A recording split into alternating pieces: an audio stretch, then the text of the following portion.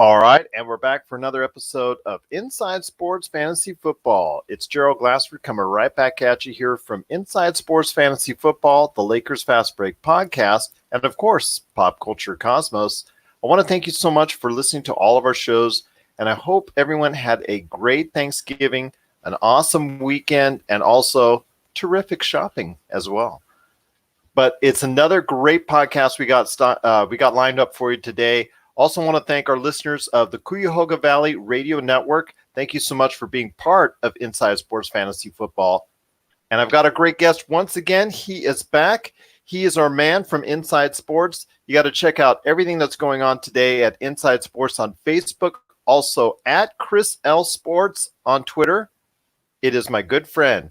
It is Chris Lardieri. And Chris, just so glad to have you back. I hope you and the family had a terrific weekend. And you know what? I'm still kind of hurt that you didn't come to see me when you were here in Las Vegas.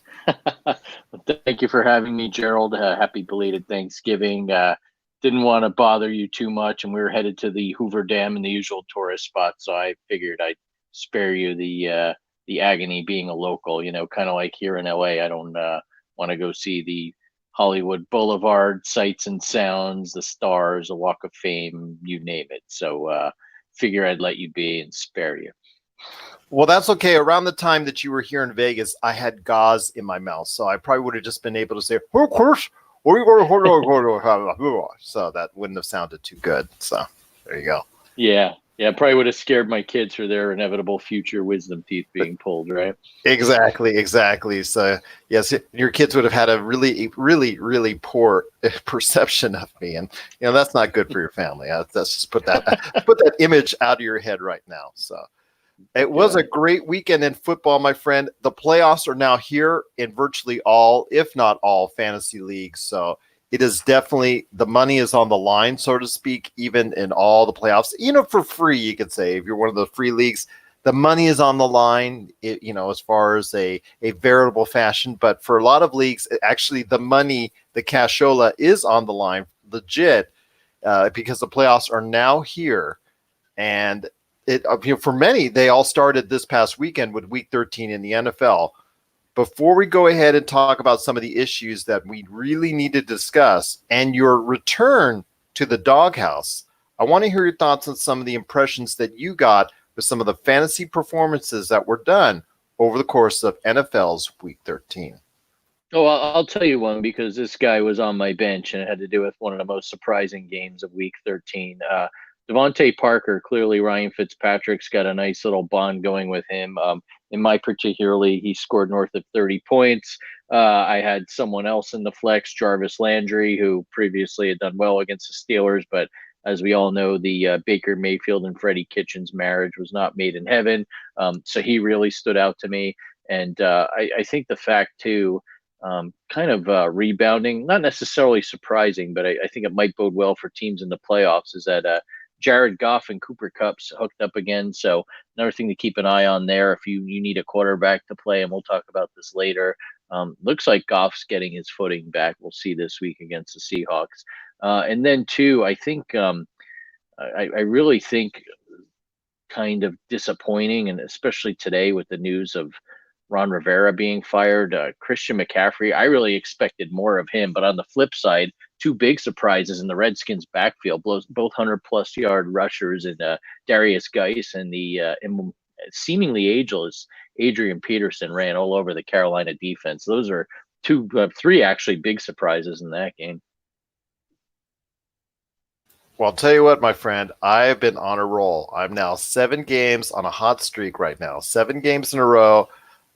It's just determination. I mean, my year started off really poorly, even though my team was scoring a lot of numbers. It was just, week after week after week, I was just not being able to get over the hump. And you know what? I stuck to it, hit that waiver wire, found those players that were just going to go ahead and help me fill those holes, fill those gaps. And I just paid attention to what was going on with the outside numbers, the kicking game, the defense and special teams, where you can pick up an easy 5 to 10 points over other owners that aren't carrying as much. And it's helped me go ahead and propel me into the playoffs. So I'm so excited. I just cannot tell you the feeling that you get when you see this team, or when you have a team that's gone from what looks like gloom and doom to something that looks like it could be a very good season for you overall. So I'm really riding a hot streak right now, but can I continue? It's just going to have to be something that we're going to talk about as far as playoff strategies, because I'm interested to hear what you have to say about the teams now that are in the playoffs and some of the things that we saw this past weekend. We can go ahead and take from it. What do you say about the Rams? Because the Rams are just all over the place as far as consistency is concerned. Yes, they're still in the playoff hunt in the NFC, but I want to hear your thoughts on as a viable fantasy option, because one week they're hot and the next week they're not.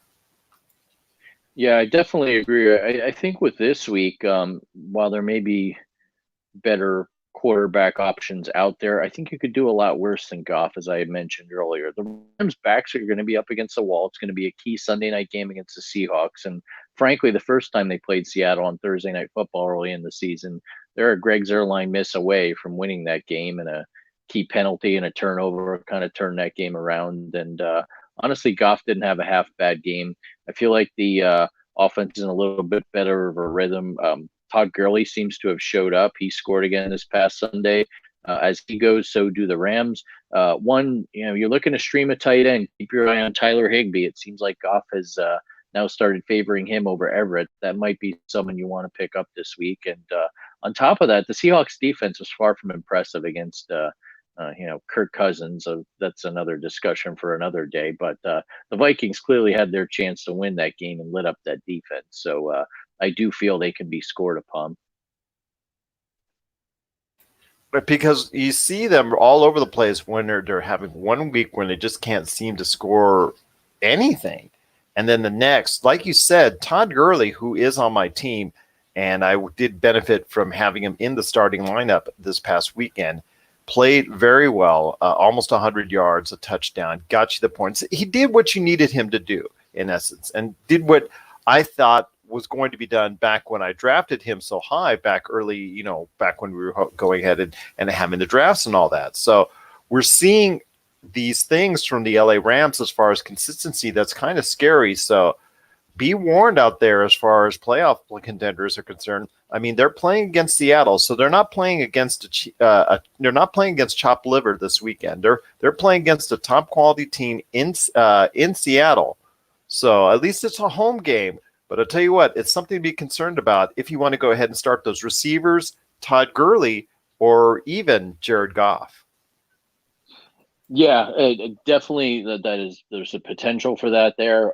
What I'm looking at though is we're starting to see weather issues on the East Coast and the Midwest. I'll go out on a limb and say it'll be probably rain's going to pass through LA. It looks like there won't be an issue for that on Sunday. So at least there, I think you'll be good. But I think I'd rather just to kind of have a comparison to someone I have on my teams and I liked all year.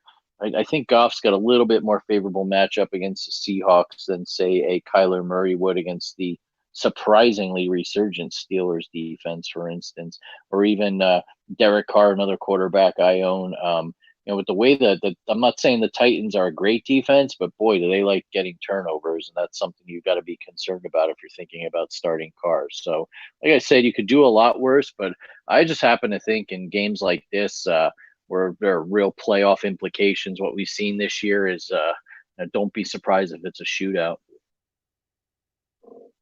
I agree with you. I'm hoping for a shootout. Obviously, fantasy owners are as well. And I mentioned before that we're in the midst of the playoff chase right now. And we're in the midst of the playoff run, because playoffs for a lot of leagues are starting this week if they've not started already. So as someone who's been through the round so many times with playoffs in fantasy football, what are some of the strategies that you can go ahead and bestow on others and our listeners out there? Exactly what kind of preparations that you make in order to go ahead and ensure the best opportunity for your team to come out on top in the playoffs? Right off the bat, you tight ends are always a thorn in our side. If you need to stream them, Jack Doyle and Kyle Rudolph have scored touchdowns and look like they're kind of trending upwards the last few weeks. If they're out there, I think it's worth taking a flyer on either of them. They got good rapport with their respective quarterbacks. Back in the day, I started playing fantasy in the late 1990s, and it was just common wisdom that if you picked a running back very high, you handcuffed him with his backup. And with limited roster space these days and the fact that there's more running backs by committee, that seemed to have gone by the wayside. But something happened on Monday Night Football where I think heading into the playoffs, you need to start either handcuffing or building depth, especially at the running back position. Dalvin Cook got hurt. Luckily, it looks like if you're an owner of his, it's not going to be serious. They thought it might be a collarbone or shoulder issue. But Alexander Madison got some carries, and he looked good. Even if you don't own Cook, I think he's worth taking a flyer on. Stash him if Cook either gets hurt or maybe they bench him for prolonged periods of time. That's going to lead me to my second recommendation. I'm a Chris Carson owner.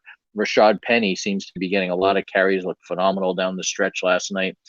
Take a flyer on him if he's out there. I mean, if anyone's asleep at the wheel and he's out there, go get him ASAP.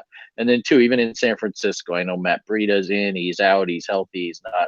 Raheem Mostert looked good against the Ravens. And I think, too, even if they do a committee or Breida, who's been injury prone, gets hurt again, that's another guy you get. Stash him on your bench. You never know. You might need him in week 15 or your championship in week 16. Another thing that I would never normally do in a regular season environment in fantasy football is have two defenses. But for instance, one league I went and plucked up Green Bay because they've got favorable matchups starting last week where they completely dominated the Giants in the snow at the Meadowlands. This week they get the Redskins at home at Lambeau.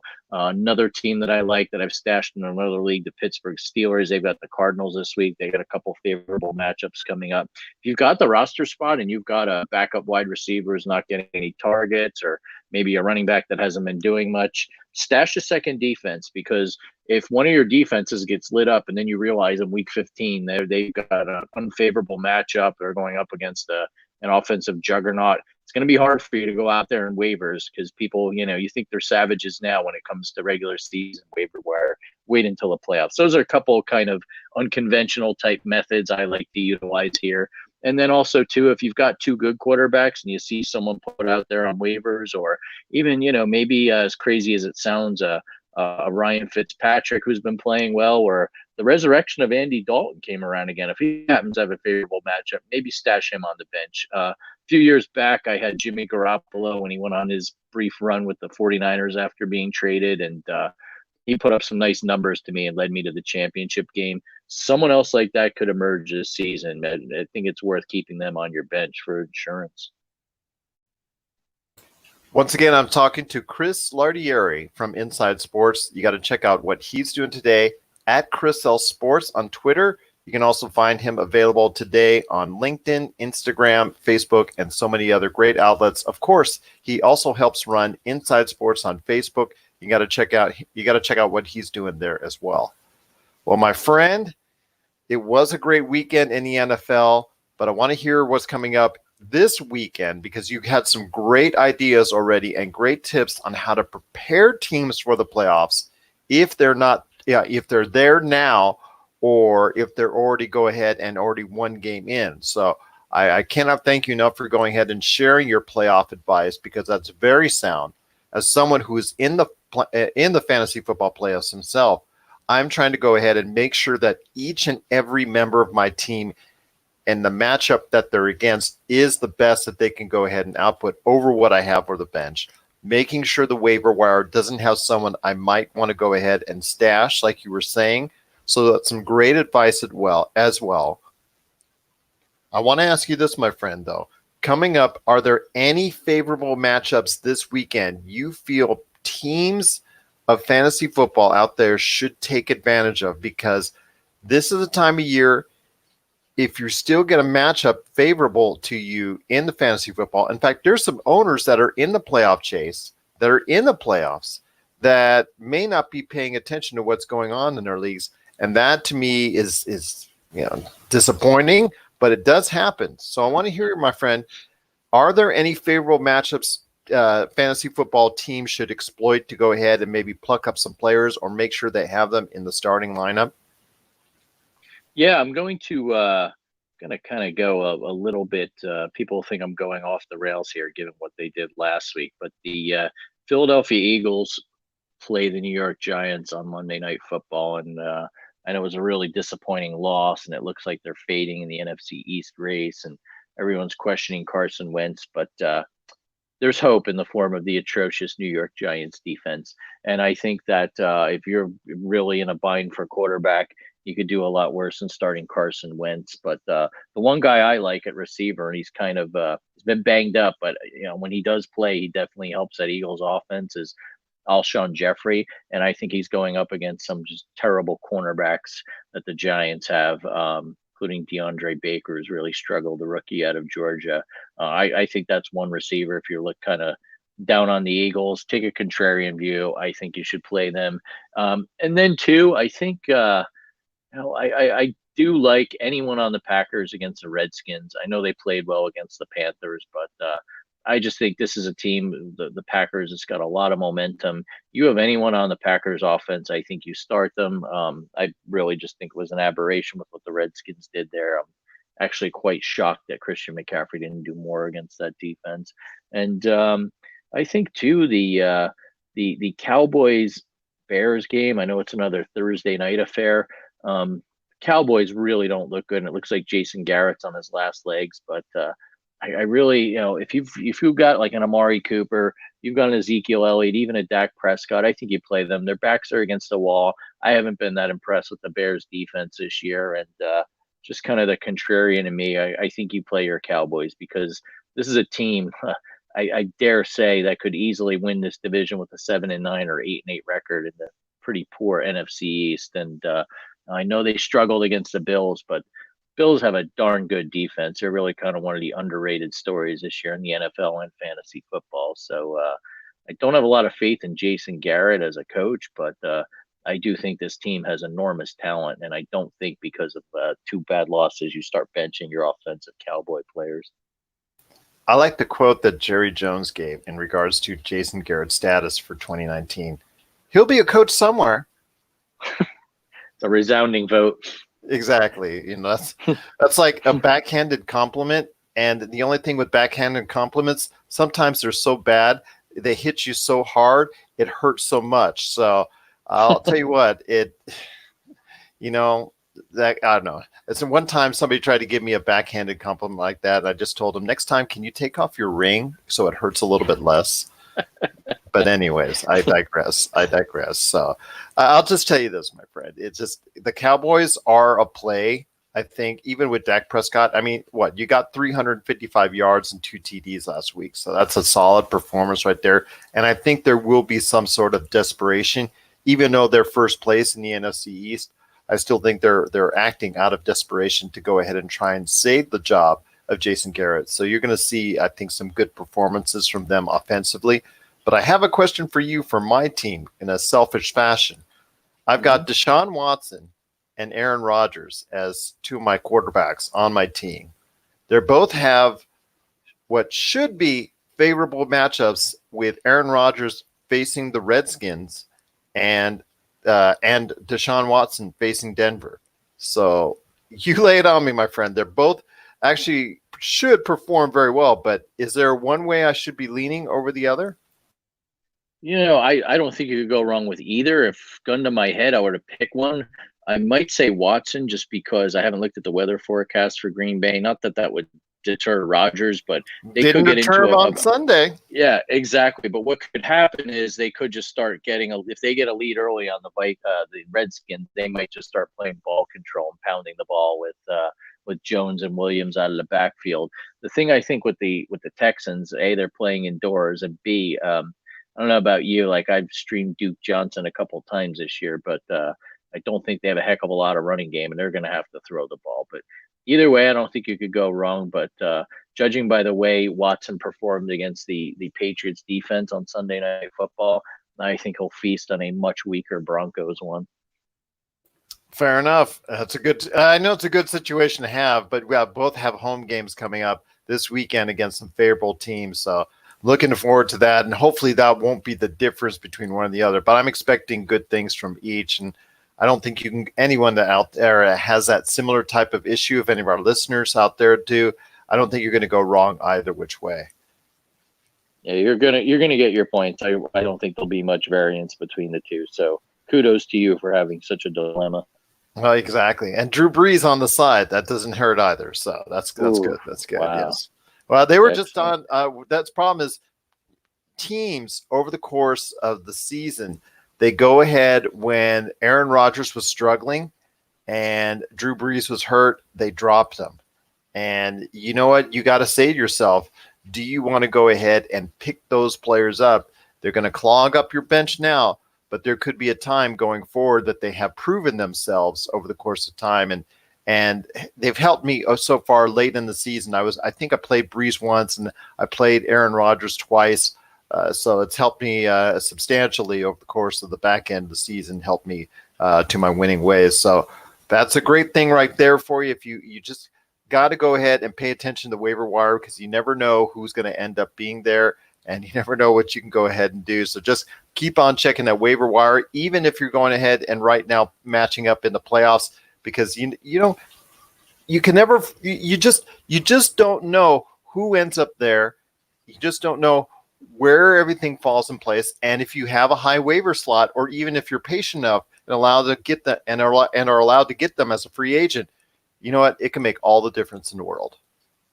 Absolutely. I mean, you even look at someone like you want to talk about a deep sleeper at running back, Patrick Laird with the Dolphins, now thrust into the starting role thanks to an injury.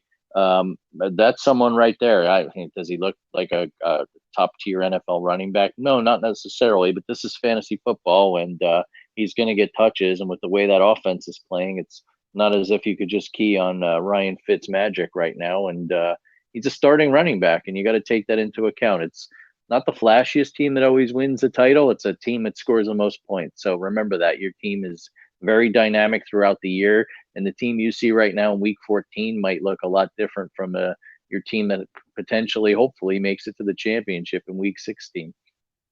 Well, I'll tell you what. When it comes to the Dolphins, you said it. There would be a little bit of a turnaround, and there has, and it has. But you know what I like to say, my friend, as I did last year with both you and also Christopher Tyler Baker on their previous entry in the fantasy sports world, and that is the Fitz magic is back. Great story, although I wish he'd cut that beard. No, I can't do it now. I mean, it gets the fans all going. They come to the stadium with the beards on and all that. So, but I'll tell you what, my friend, a couple more things before we head on out, and that's going to be this. It's time. Roof, roof, roof. It's time. It is Week 14. You got some things that you're thinking about when it comes to Week 14 in the NFL. But before we hear your opinions on what's going on with Week 14, I got to hear your pick, because it's time to go, woof, woof, woof, to the doghouse. Yeah, I flopped a few weeks ago with the Texans against the Ravens, getting the points in Baltimore. Sorry for my first entree into that. Of course, we were on hiatus. My pick 2 weeks ago would have been the Seahawks getting points in Philly, but broken clock is right twice a day. So I digress. But This you're week, in Vegas now. You were in Vegas, my friend. I You were was, in Vegas. unfortunately, I didn't make it for the 10 o'clock game. I was still on the California side of the state line, but yeah, had I been there, that was my wager. But the other one I didn't do is the Rams, I believe, were getting 3 points against the Ravens, and I thought about it for a minute, and then I kept my money in my pocket, and that's as good as a win as far as I'm concerned. But that's another story. But this week, scouring the lines, look, everyone loves the Baltimore Ravens. They had a great win at home in the rain. Lamar Jackson driving the team down for yet another winning field goal by Justin Tucker, and against a tough Niners defense. Everyone's on board. This week they go and play the unheralded Buffalo Bills in Buffalo, who's getting as high as 6 points, as I saw last check online. I think you take the Bills with the points. They've been playing really well. This is a playoff team. This is a team technically still in the hunt to win the AFC East if they could beat the Patriots here down the stretch.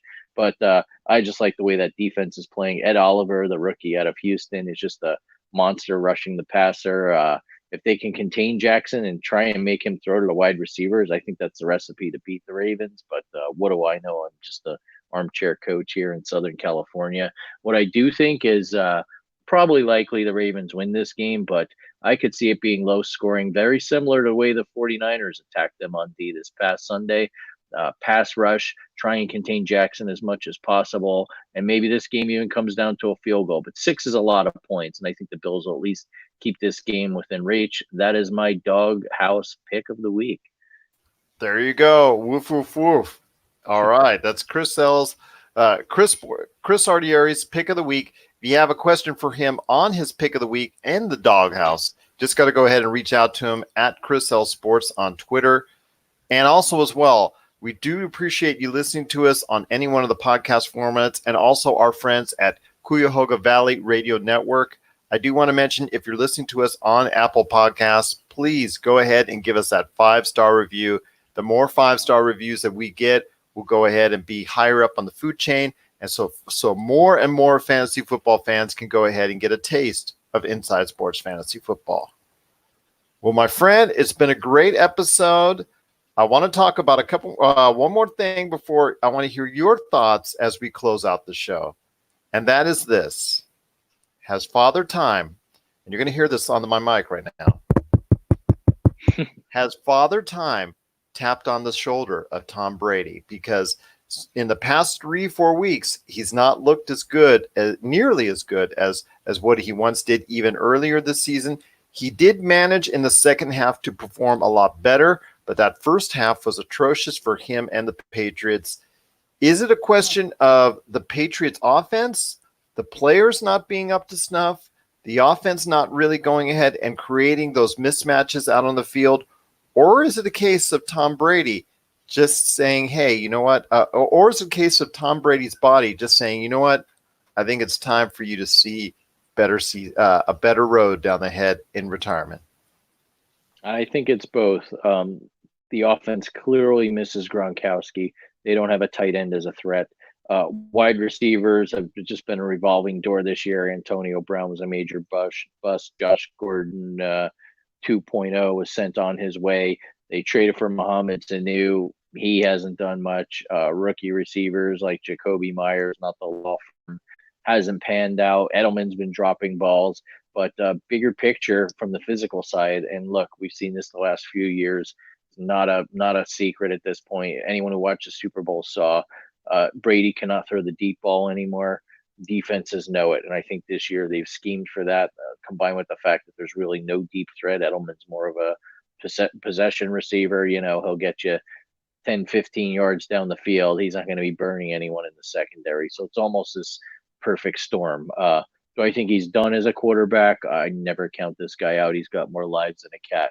From a fantasy football perspective, forget about it. Like I said, you may think I'm crazy for saying start Carson Wentz this week, but I think that's a no-brainer here in week 14. Brady's just not the same quarterback, and he's got limited options. And honestly, this may be one of Bill Belichick's greatest regular season coaching jobs because under any other coach, this team would probably be struggling to have a 500 record with an offense like this. So you do not see Tom Brady as a viable starting fantasy football quarterback at this time?